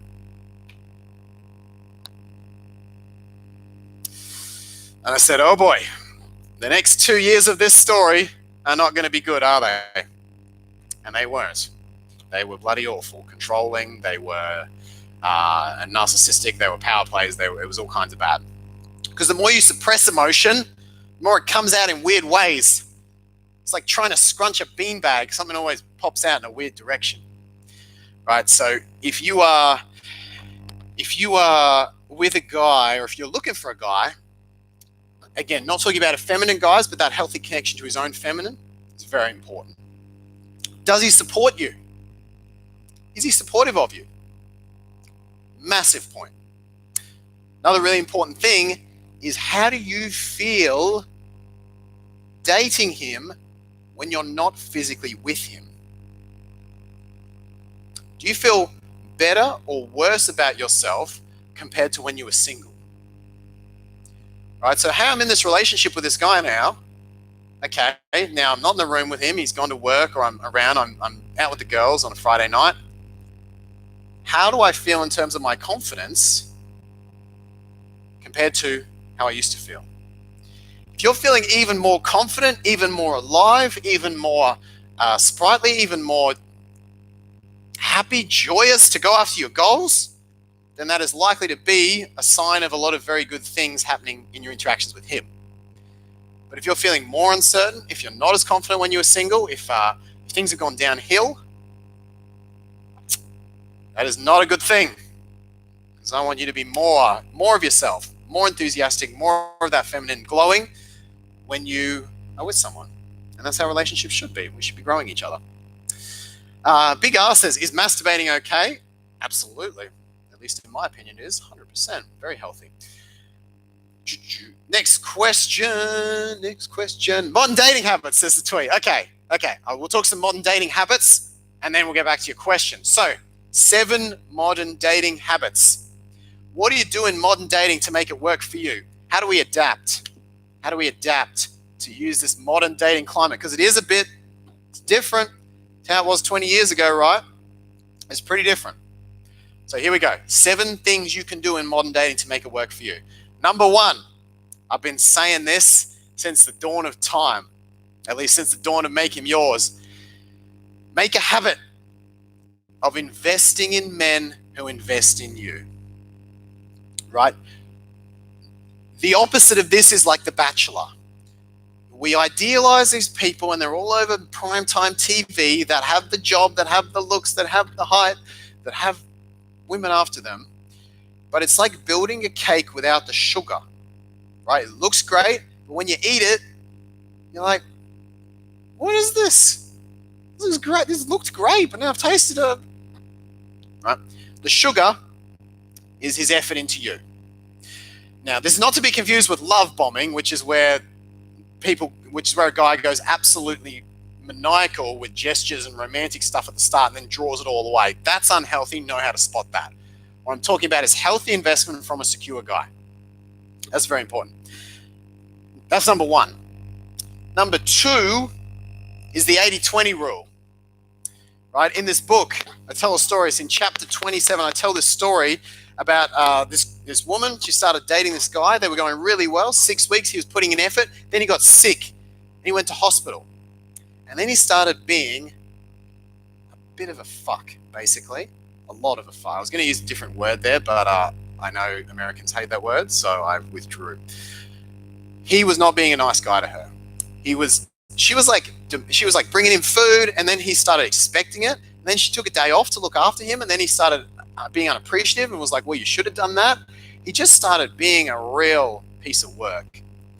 But instead of holding him to the standard she did and expecting him to reciprocate, at least in the form of appreciation, she excused his behavior. Right? She didn't refresh her assessment based on his most recent behavior, and she lost respect and lost the guy and had a shitty 4 weeks to finish it off. 80-20 dating means you take 80% of your opinion of a man from the last 20% of the time you've been seeing him. Keep it updated. Don't let your internet browser get jammed up. Wow, your hair is getting really long. Actually, it's been cut recently. It was much longer than this. It was like down there. Number 3, stop playing hard to get. Don't do it. Don't play hard to get. It's not necessary. No one has to do it. It's fake. Be naturally challenging instead. Being naturally challenging means having healthy priorities. And that's what it's all about. By having a healthy balance, by putting your phone away at the right times, by having hobbies and things that you do, you won't have to think about playing hard to get it all. You'll be totally naturally challenging in a really healthy way that allows you to build a relationship, a really good relationship at that. Number 4, kill the messenger habit. Get off Messenger as much as possible. Voice notes. You got WhatsApp. You got Facebook Messenger. You got Instagram now has voice notes. All the message services have voice notes. Use them. You don't have to use them for everything, but use them to get to know people.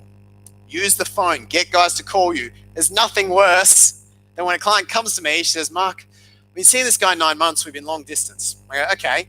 How many times a week do you talk on the phone? And she says, oh, we don't talk on the phone, we just text. No texting, not as a foundation. As a bonus, yes, it can be useful to flirt. It's good for conveying information. But if you want to succeed in modern dating, make the habit of getting off Messenger wherever you can. Don't base your connections around anything to do with text messaging. It's a huge step up once you get to voice. Voice is so attractive, it's real, it's just better in every way. So use your voice. It's beautiful. Let men hear it. They'll be bloody attracted and turned on as well by it. Number 5, reward yourself when you take action. So many of us get result focused, and action orientation is not just going to help you in dating, but in life. Right? If you're getting out there and you weren't getting out there before, but you get out there, you meet a few duds, that is a reason to celebrate. Because you're taking action. And action takers win at life in every way. So never punish yourself. Don't slip into pain motivation over action taken. That very easily gets to toxic pain motivation, where because you beat yourself up, you don't want to do it anymore. Okay? Always reward yourself when you take action, even if it turns out to be an absolute disaster. What's most important is action. I use the analogy, a 5-star rating is when you take action and get a result.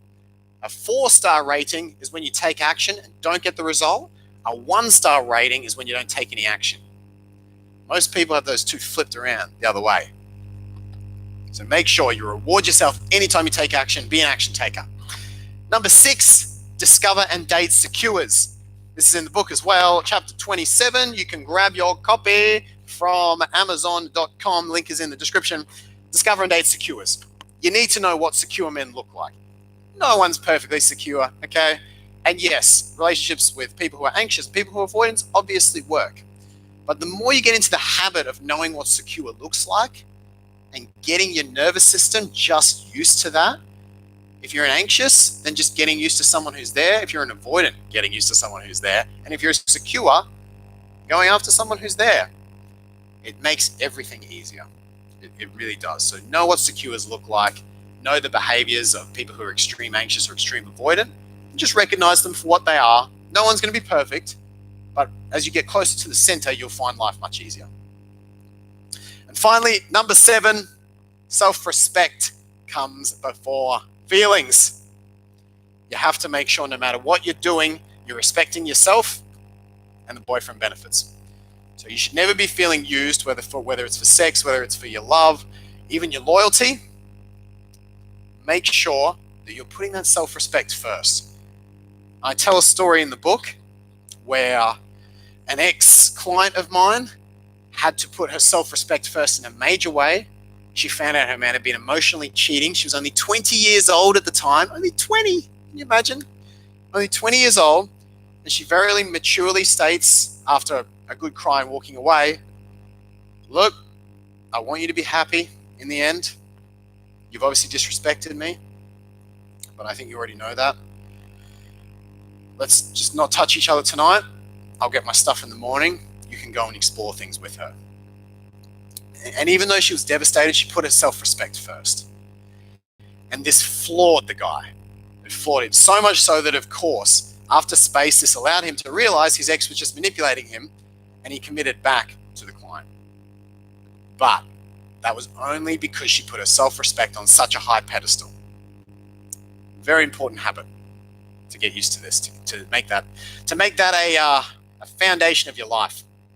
So that's chapter 27. There's some mindsets as well. Chapter 26, I won't read these out right now, but if you want them, grab the book. It's pretty cool. I wrote a book now, so there's a book. You can buy it. 7 Mindsets for Success For example, what's one of my favorites?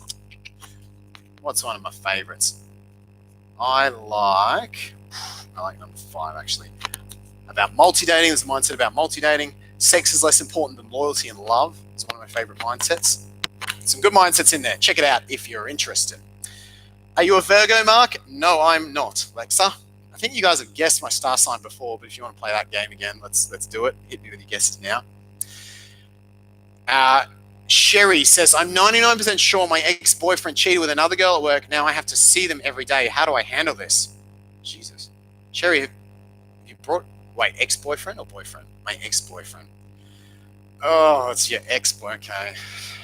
Oh.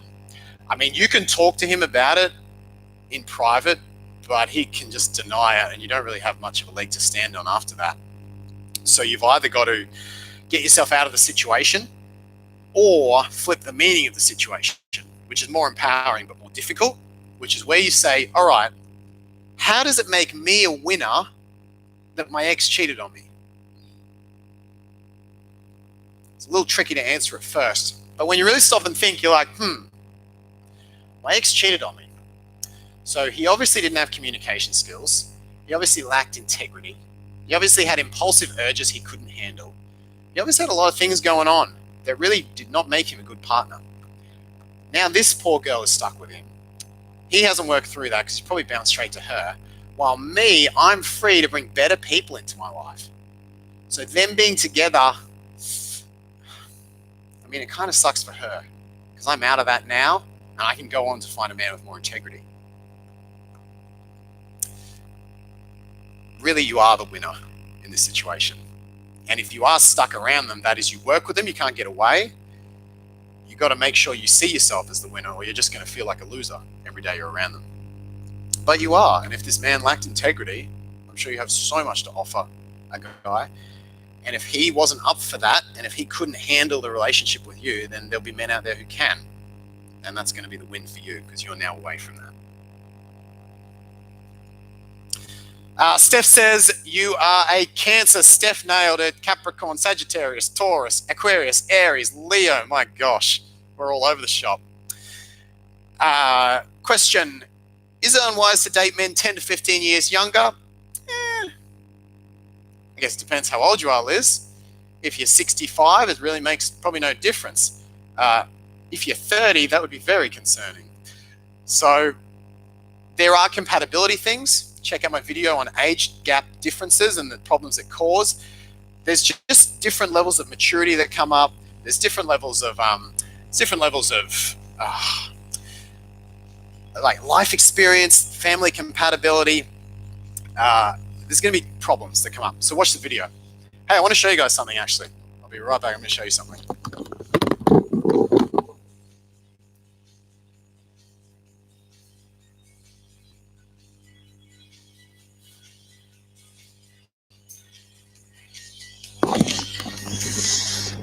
So this is impromptu. It's my phone. One thing my coach had me do, which has been very, very powerful, is have phone alarms set during the day. So this has gone off in the background, reminding you of the person you want to be. Right? So I picked 3 words, which is live with belief, live with charisma, and live with purpose. And 3 times a day, I get reminded to believe in myself, be charismatic, and be purposeful in everything I do and say. It's pretty cool. It's been a great experiment. I'm going to turn that off for now. Remember those. Tweet says, do you like brown eyes, says Cindy. I do. I love brown eyes. My partner has brown eyes. They're very beautiful. What are some things men notice on a first date? We notice everything on a first date. I mean, so do you though. We're taking in a whole bunch of information. We're taking in we're taking in the physical attraction side. Most importantly, we're taking in the non-physical attraction side.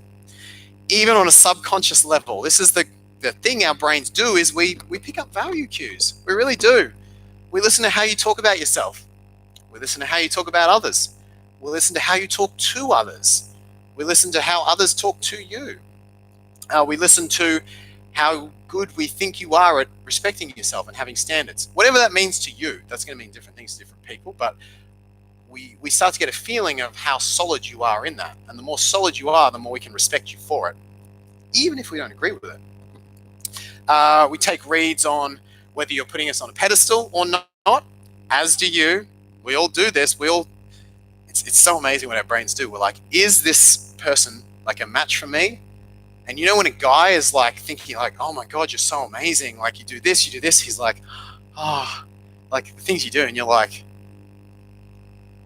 why are you putting me on such a pedestal? Like it kills attraction, right? We just do it automatically. We don't even realize we're doing it.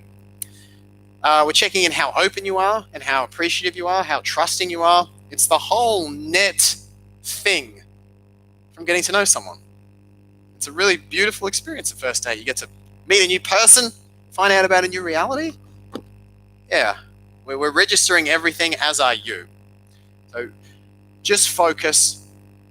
I know it's cliche, but when you really focus on being the best you, which is probably someone who's there to have fun, not with any intent or any outcome focus, someone who's there to really care about the other person, someone who's there to make the most of life, you'll come across $1 million. You might not be compatible with everyone, but you'll come across fantastically. Christine says, that's a great idea. I live by alarms and reminders and love affirmations. Yeah, come on. My coach is not cheap, obviously. I mean, neither am I when I'm coaching, but it's an investment in ourselves. I have 4 coaches now, and they're very rewarding. But that was a big one, big simple thing. What does a man mean when he says he has emotional respect for his partner? I would say I have emotional respect for you. It probably means he has a sense of integrity in the way he treats you, and it means he respects your emotions, as in he understands and feels you and is thinking about you with his actions. Like when I was stripping, I had to have emotional respect, I guess you'd call it, for my partner, because obviously there's a line with stripping. So I had to think, if she walks into the room right now, am I okay with it? That was always my litmus test for emotional respect being a stripper, was like, if my partner's here, she walks in, am I good with this? Am I all right? And that was my version of emotional respect. Good question. Hit the thumbs up, by the way, if you're enjoying the video. Hey, we got a question from a couple of questions from our community. I confirm it. Keep doing. Oh, that's a nice one. Question from Vibes. Getting and staying in the right mindset after experiencing divorce. I don't think it affected me that much, but I'm only just about to turn 30 and I can't help but feel everything is over. Oh, no. Like I had my chance at love and it's no longer there. There's some trust issues, and I'm also unsure in the etiquette in telling someone new about my past. Vibes, you're not even 30. Oh my gosh, young lady. You have so much to offer. Seriously, first of all, divorce makes you more experienced.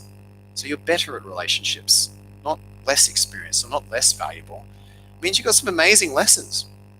I was literally on the phone with a client this morning, and she had been cheated on, unfortunately, in 2 of her past relationships. And she was finding that she was telling guys, and then they were asking more questions, and she was like replaying these sagas of how she was treated on twice, and she took too long to implement her standards. Like it took months or years, and she was like, these conversations just aren't going well, Mark. I'm like, yeah, it doesn't sound like they're going well at all. And we had to reframe those conversations. So I said, instead of just telling you were cheated on for a year or for a month, whatever, and then getting questioned about it, put a real story around it. Put a context that's truthful into that, which is, hey, what was wrong with the first relationship that you knew right from the beginning? Because she knew from the beginning, that years and years earlier, that this wasn't the right relationship. So I said, instead of just saying, oh, my relationship broke up because I was cheated on, say, hey, I had a really interesting or really powerful relationship experience. I was with a man, XYZ reason. Turns out XYZ reason is not the best reason to be with someone. And I kind of knew this from the start, but I let it go, and it was my mistake to do so. thinking that emotional depth was not that important. That was one of the problems. And she said, yeah. And you know what? I learned a really powerful lesson. I paid the price. There was infidelity. I caught him cheating in the relationship.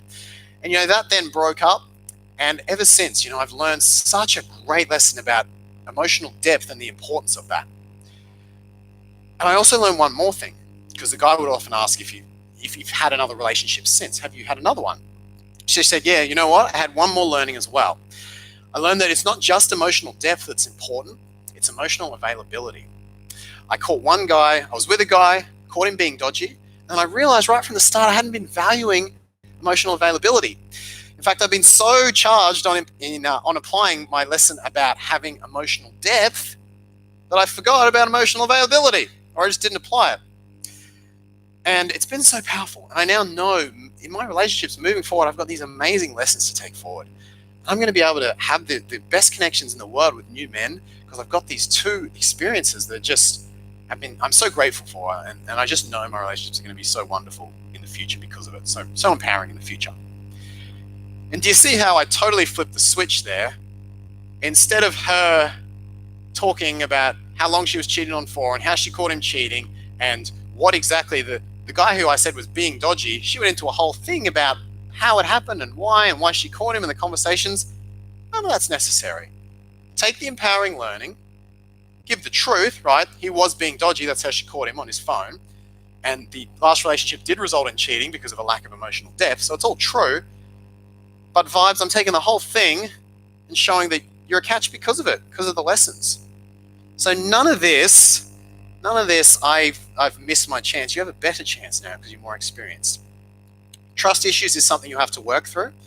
But hopefully that gives you some idea on etiquette, on telling someone about my past. And yeah, if you do want help with trust issues, trusting again, that's a safety you'll have to find within yourself, which will take a bit of work, but is well worth it. Nice question. Now, we missed some comments. I promise I'm trying to keep up. Brilliant idea, Mark. I'm going to take my that on board as well. My pleasure. Yes, that is a good idea. We are here for a short time. Want to be happy and fun and have a laugh. Hold my head high. Nice tweet. Thumbs up. Hey, it's your last chance to get your questions in. I don't know. I haven't I don't know what my favorite is yet. So if you have like a really deep, powerful question, you can steal that Amazon gift voucher on our Valentine's Day date. It's so pretty. So pretty. Hey, Mark, Angela's online. Frig, I guess I'm dead at 48 then. But dating is so different, harder than when young. It's different, Deb. But you know what? I really, really enjoy working with women in their late 40s and 50s. It's one of the most rewarding client sets. They have their whole lives ahead of them, and they're kind of in the prime of their life in a way. It's just they're in a very good place. It's very rewarding, and I'm sure you are too. I really do believe that. I noticed you open up a little each live chat and in your channel, learning so much from you. Thanks, Cindy. Yeah, I think this is obviously a journey for me as well. So it's an absolute pleasure having you on the journey with me. Let's go. Questions. How to know if a man is intimidated by me? I am an attractive, confident, and successful woman with high emotional intelligence. I've been told I can come across as intimidating. Great question, Snoopy.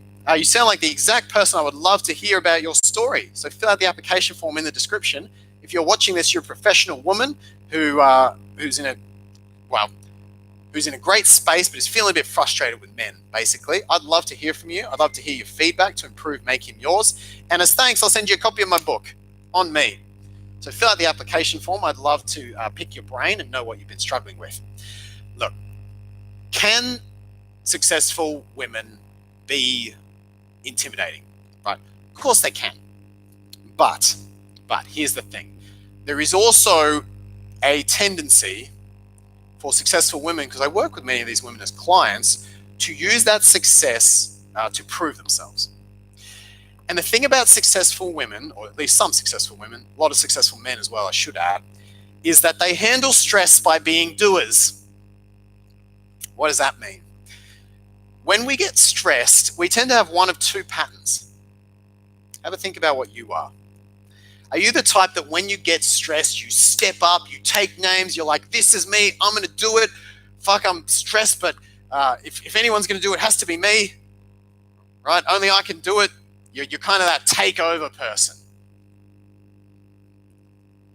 Or are you the type that's like, oh, I get stressed, I kind of wilt it backwards. I'm like, oh, can someone else do this? I'm not sure, I'm feeling a bit uncertain. You kind of step down.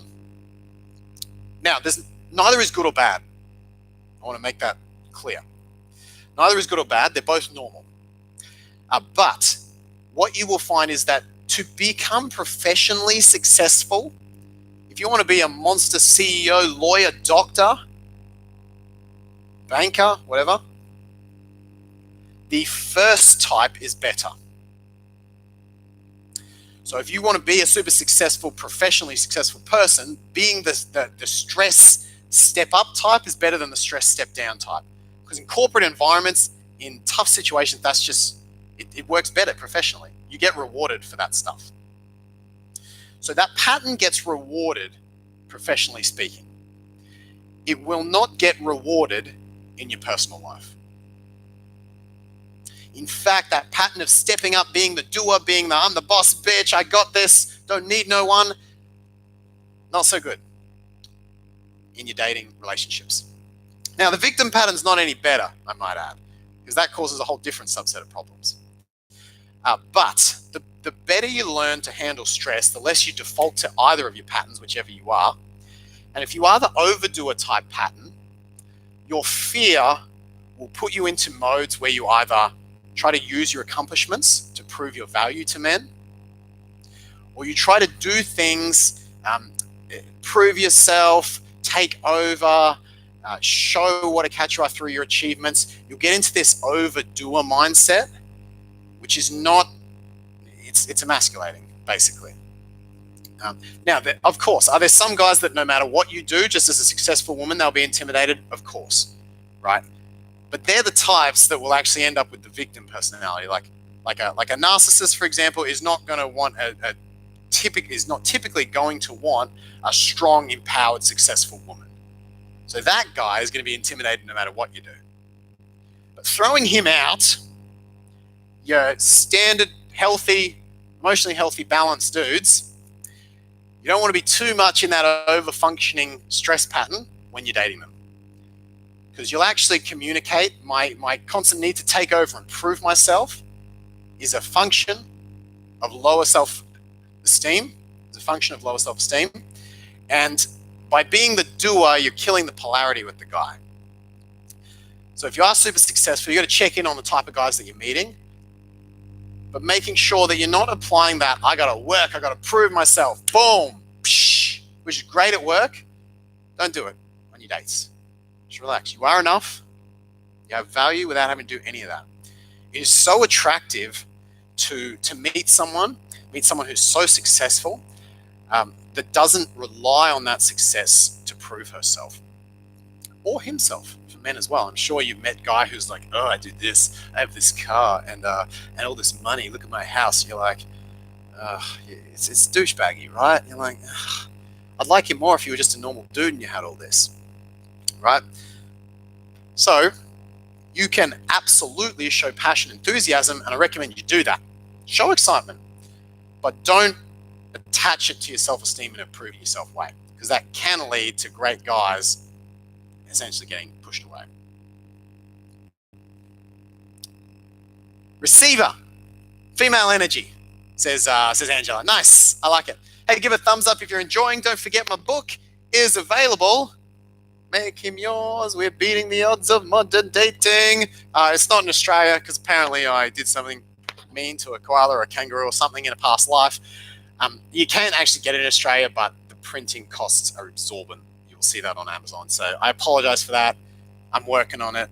Not much I can do right now. But everywhere else has it. Kindle, you can get it in Australia. And if money is no issue for you, you can get it in Australia.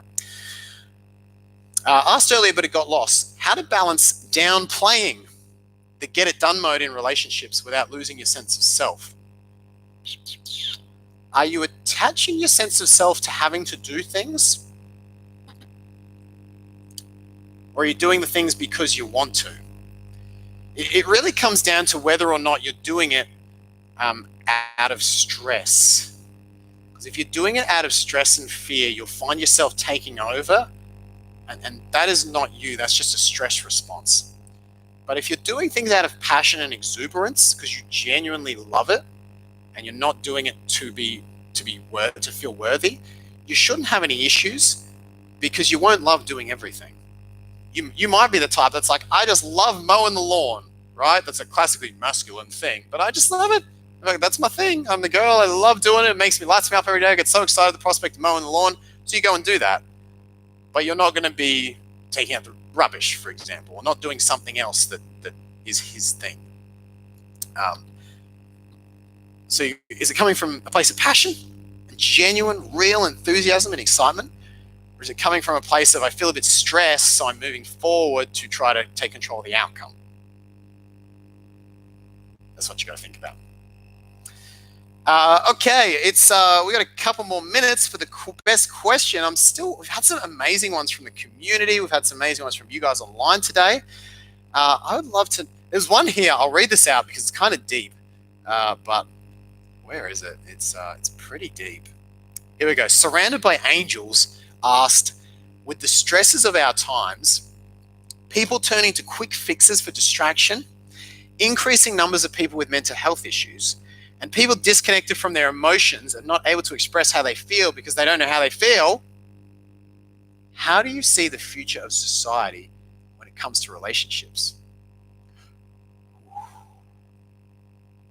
That's a heavy question. That's a heavy question. And a very good one.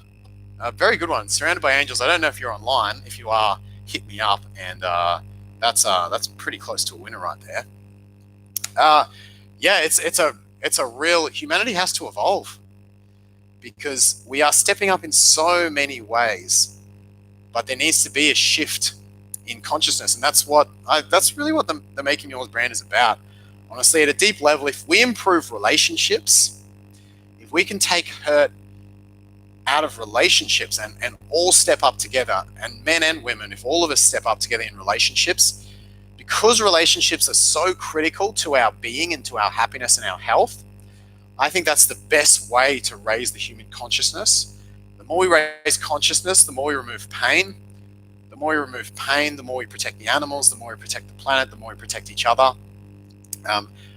Whether we can raise consciousness faster, whether we can remove pain and raise consciousness faster than we create it, I think remains to be seen. But I wouldn't be here if I didn't believe these things made a difference. So there is always, we're human beings. We've figured out so many other things. I really do believe we can figure this out. And you know what? Even if we can't, let's die trying, because life is worth it. Life is worth it. Relationships are worth it. In the end, great book, actually. If you haven't read it, Mark Manson. I've forgotten the title now. I just finished reading it. It is a book about hope. Everything is fucked. A book about hope. That is a wonderful, wonderful book. Wonderful. Grab it. Let's have a look. Questions. Who's going to be the favorite question? Oh, Surrounded by Angels is online. Did I see? Surrounded by Angels is online. I think she is. Yeah, sorry. Surrounded by Angels. Is she? Surrounded by Angels, if you're online, let me know, because that was some deep. That was some deep. Yeah. She is online. Hey, Surrounded by Angels, I think that is the best question of the night. So congratulations. If you want to send me an email to mark@makehimyours.com.au, I would love to reward you with a $100 Amazon gift voucher. And if you are a professional working woman and you want to share me with your experience, I'd love to hear it. I'd love to know. I want to, finger on the pulse. I want to know what's going on from you in your life. What are your problems? How can we all better this together? Fill out the application form. I'm doing totally free sessions. Haven't done this in a long time, to hear your story. And that's it. I'll even send you a book. I'll send you a book as thanks. You can grab my book as a big thank you for helping me learn more about what's going on. Surrounded by Angels, really deep question there. I liked it a lot. Any final questions before we wrap it up tonight? It's been an absolute bloody treat here. Lucy has been enjoying it in the background as well.